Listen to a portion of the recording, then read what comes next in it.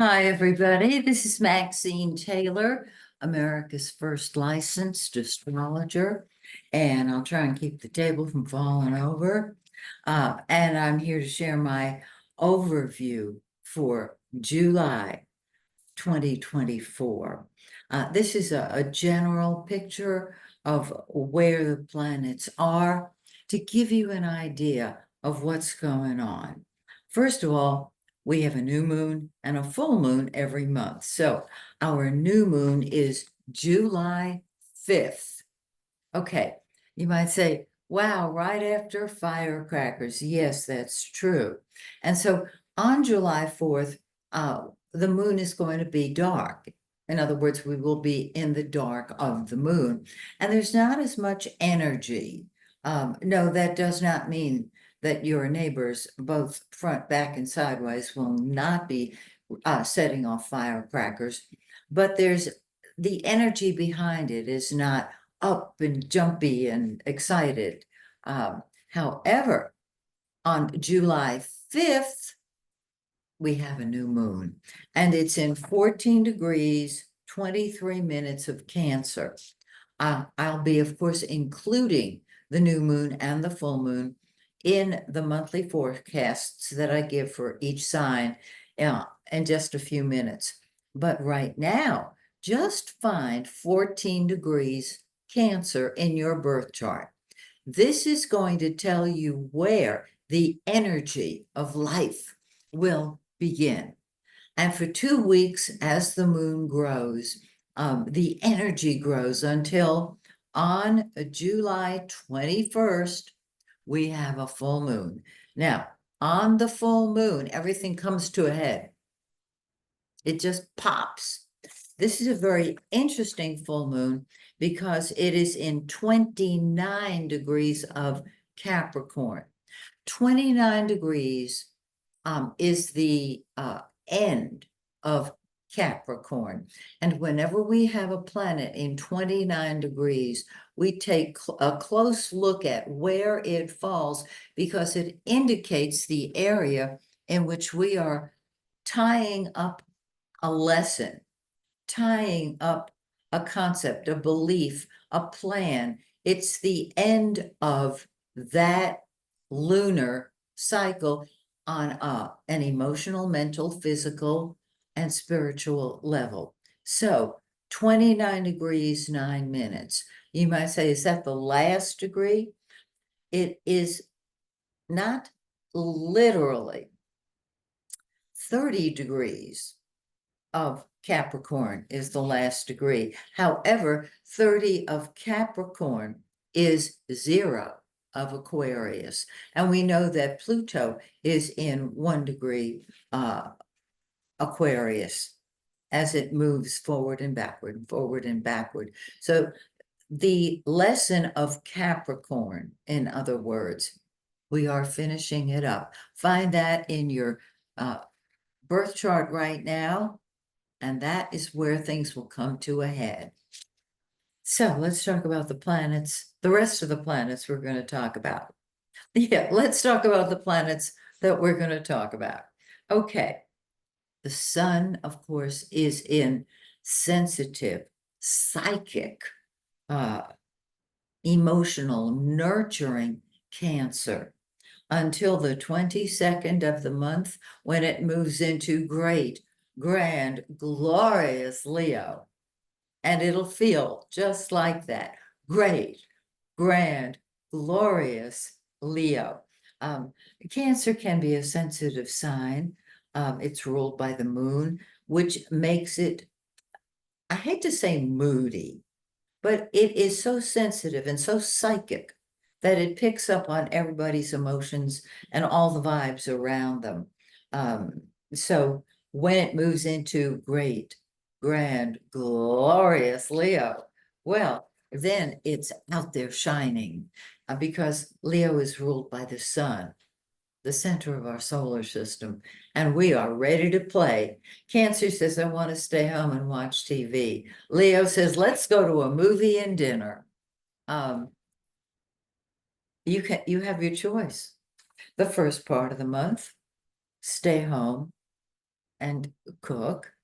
On the 22nd, when the sun moves into great grand glorious Leo, get out there and party. Venus, the planet of love and money and beauty, starts off the month in lovely Cancer. And so our love of home and family and beauty is activated. On the 11th, Venus moves into great, grand, glorious Leo. And this is a time when you will be more dramatic when it comes to love or even money. I always like Venus in Leo because it is once again great and grand and glorious. Excuse me. Now, Mercury, the planet of communication, correspondence, our mouth and our minds, is in Cancer. And when it's in Cancer, it thinks and speaks emotionally. The emotions really are right there. On the 25th, excuse me, on the 2nd, it moves into great, grand, glorious Leo. And this is a time when we express ourselves with more drama, with more color, with more, I don't know, it's just, when I think of Leo, I think of let's have a party, that kind of thing. And on the 25th, Mercury moves very quickly. It moves into Virgo. And this is a totally different picture than Cancer or Leo. Leo is charming and delightful and gregarious and loves the drama of life. Virgo crosses every T and dots every I. Virgo has to be perfect. And it is. And if you compliment them, they'll tell you why they're not perfect. So Virgo people, whenever there's a planet in your sign, just learn these 2 words. Thank you. Because if I want to know how to do something, I'm going to ask a Virgo. Because you're going to tell me how it happens, how to do it. Now you might say, well, that's just my Mercury. It's not my sun sign. That's okay. You're thinking and talking like a Virgo when Mercury moves into Virgo. And let's talk about Mars. Mars is what we fight for and fight with. It's what comes first to us. It's number 1. The sun is the center of our universe. Mars is what is number 1. It is in the sign Taurus until the 20th. And the Taurus is money. Taurus is sugar, sweets, art. And so find Taurus in your birth chart because that is the house that is going to be number 1 to you until the 20th, at which point Mars moves into Gemini, and Gemini can talk your ear off. Gemini sees both sides of every picture and has a sense of humor that's just out the window. And so wherever Mars is, it starts in Taurus, which is practical and logical, and when do we eat? And it moves on the 20th into Gemini. And that means you'll be double timing it, multi-doing things. And you'll be able to get up on your horse and ride off in all directions at once. That's the way I once saw it written in a book, and that tells it.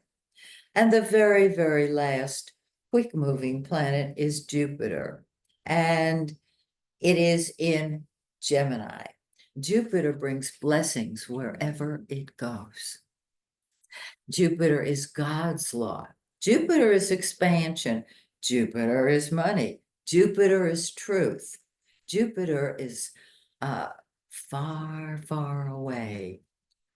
And whenever Jupiter is in your sign, you are blessed. And so now for the next, year or so, Gemini, Jupiter is in your sign. So have a ball.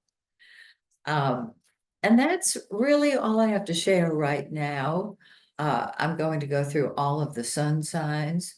And yes, I'm going to share the United States horoscope for July 2028.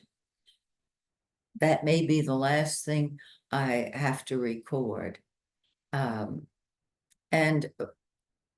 as a sneak preview, let me mention that I'm always looking for the happy ending, the pot of gold at the end of the rainbow.